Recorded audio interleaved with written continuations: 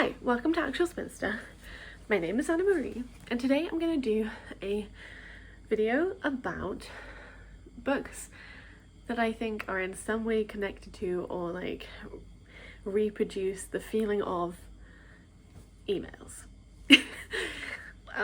Like a random fact about me is that I love emails.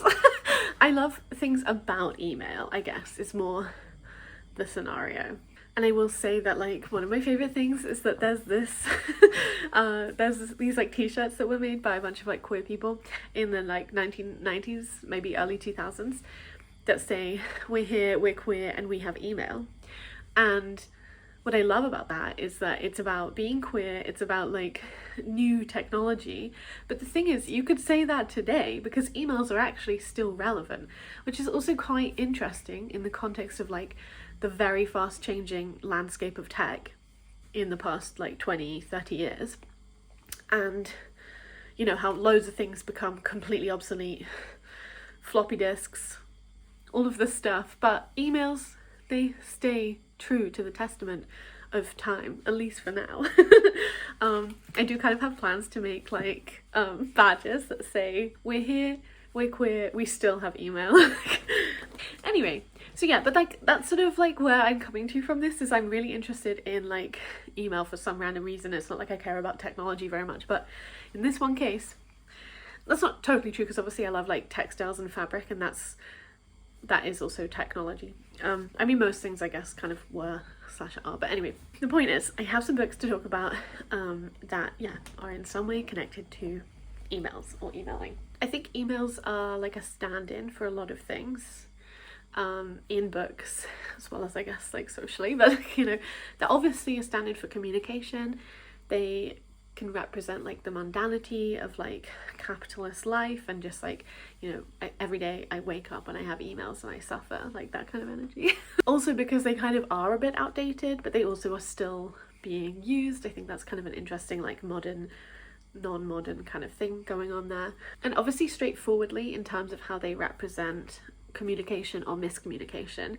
And I guess that also kind of speaks to my own soul, because like I am really bad at responding to emails and also letters, I guess, and I find communication kind of difficult, so I guess I'm like, well, same.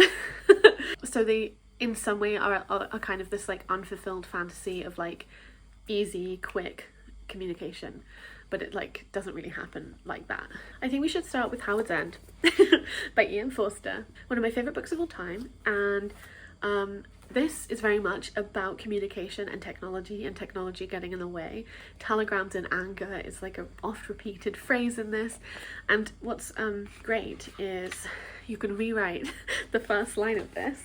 This is like a very written on a book. Okay, so the book opens with this, one of my favorite lines of all time, which is, one may as well begin with Helen's letters to her sister, sorry. And you could obviously rewrite that and say, one may as well begin with Helen's emails to her sister. And it would set up some of the same kind of like dynamics between, you know, modernizing technology, old worlds, new worlds. Yeah, communication, anger, all of it, frustration. And obviously a lot of the preoccupations of like other modernist texts do tend to be about technological developments, because also they often are responding to like the disruptions of war. So I do think that like, yeah, technology itself is often being critiqued or like explored in some way in modernist literature. And I also think that part of that is perhaps to do with the like further developments in like publishing technologies and kind of like, yeah, I don't really know, that's not a very developed thought, but anyway. So I think like you could pick up a lot of modernist books and think that they fit with this idea of emails, which is kind of fun too. So the next book I want to talk about is Girls Against God by Jenny Val, translated by Mariam Idris from Norwegian. I did read this book a long time ago, but it's also one of those books that's not like a linear plot. It's not particularly kind of like it's not a normal novel, and it's almost kind of like an anti-novel or like a novel against the novel. It's about art history, the south of Norway, angry queer girl bands. It's about, yeah, like techno witches against God. It's about black metal, it's about demons, and also hatred. If you only like novels with like linear plots, I wouldn't recommend this. But if you do like winding considerations of art, film and music through like a queer feminist lens, then I would recommend this. And it's also kind of about the 1990s, which I guess kind of maybe ties into the whole like, yeah, there's maybe like a 90s theme in some of these. I think in one way you could definitely argue that this book is quite like anti-email because it's very like bodily and it's about like smells and yeah, like the corporal experiences. There's like demon eating, dreamscapes and being in woodlands and film and the texture of life. But I also feel like it does sort of engage with like an idea of like Wi-Fi storytelling and Wi-Fi connection. There's like 3 people in it who kind of form this like trio together, this sort of like girl band, which feels very email to me. Yeah, like a sort of sonic cosmic internet that's guiding itself forwards, winding through everything and connecting it all together, even through time. The next book I want to talk about is Piranesi by Susanna Clarke. This book is sort of atmospherically, I think, on the same level as when you write an email and you send it off and then you get an email that says undelivered, return to sender, like this email does not exist. It feels like, you know, all those emails lost in spam folders. It feels like one of those chain emails that says you're going to get bad luck if you don't forward it on to the next 800 people. It feels like a novel about fairyland in a way. It's a slight novel interested in being lost, houses, memory, alternative realities, deep history, also film to some degree. And yeah, I think it's very like email energy. It's about Piranesi, who is this man trapped in a house somewhere, and he dedicatedly tries to record every moment and sort of like to figure out what the halls are like, all the different rooms, what's in the rooms, statues, the sort of like natural phenomena that happen within the house. So then I had to say Lolly Willows by Sylvia Townsend Warner. And I think I picked this one because I think this book is very much, I guess it's an anti-email book, which is to say it's a book that's about escaping the mundanity and the conventionality of like capitalist patriarchal life.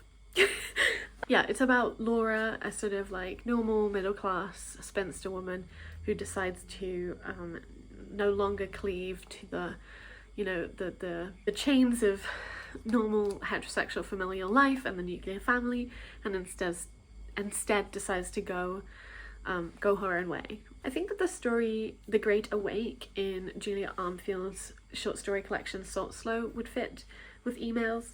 I feel like it's because that story is about sort of what the like embodiment of people's insomnia. They become these kind of like sleeps that wander around as you can't sleep. Maybe it's because there's something intangible, like wispy, about people's interactions with other people and people themselves. And I guess it's also because I'm imagining emails as the kind of like insomniac ghosts of the internet that float from inbox to inbox. Inane, frustrating, erratic, that still nevertheless sort of persist and show up even when you don't want them to. Conversations with Friends by Sally Rooney is another one I think kind of fits. I would like to read Beautiful World, Where Are You, which I know has quite a lot of email, like literal emails in, and I would imagine I will also enjoy that aspect of it. But I did think that this was an interesting book for this list because it's sort of like a more modern, like mediated internet novel. It's set, I think, in 2008 or post 2008, so it's not quite the level of tech, like social media stuff we have, but there's definitely stuff about messaging people, emails, that kind of thing. And I just kind of feel like this speaks to the existential loneliness of sending people emails. Or even just receiving emails that don't feel like they were written by a person, or emails that, yeah, make you question your life choices or make you feel like you're not living up to the standards of other people's lives. You know, like an email will just never be a hug, and that's the major downfall, I think, with a lot of emails. And lastly, I've got The Idiot by Elif Batuman. This has my favourite opening line about emails ever, so again, I'm going to read it to you. We're bookending this video with Forster and then Batuman. I didn't know what email was until I got to college. I had heard of email and knew that in some sense I would have it. "You'll be so fancy," said my mother's sister, who had married a computer scientist, "sending your emails." She emphasised the E and paused before mail. This book is another book that has emails in. This is also set in the 1990s, I think, right? Yeah, 1995. And yeah, it's very much also about linguistics and communication in that sense. Language, also like literal language too. Translation, understanding. I mean, maybe an email is a form of translation, you know, a form of translating your personal experiences into like cyber text that travels the web. Yeah, this is also a great book. I really enjoyed it and I would recommend it. I haven't really got into detail about like what each of these books is about, but I think that's okay. I kind of just wanted to like share this little list. It's sort of also about vibes, atmosphericness. Obviously some of them have emails, definitely, some of them don't. Definitely let me know what you thought about the books I suggested, or if you have other like email book suggestions, both in a literal sense and also in a atmospheric kind of like idea nebula sense. And I will talk to you when I next talk to you. I forgot that this was like patched and you could definitely see it, but I quite like them. This is supposed to be a heart shape, but I didn't think about the fact that you can only really tell when I'm holding this in like particular positions. Anyway, bye.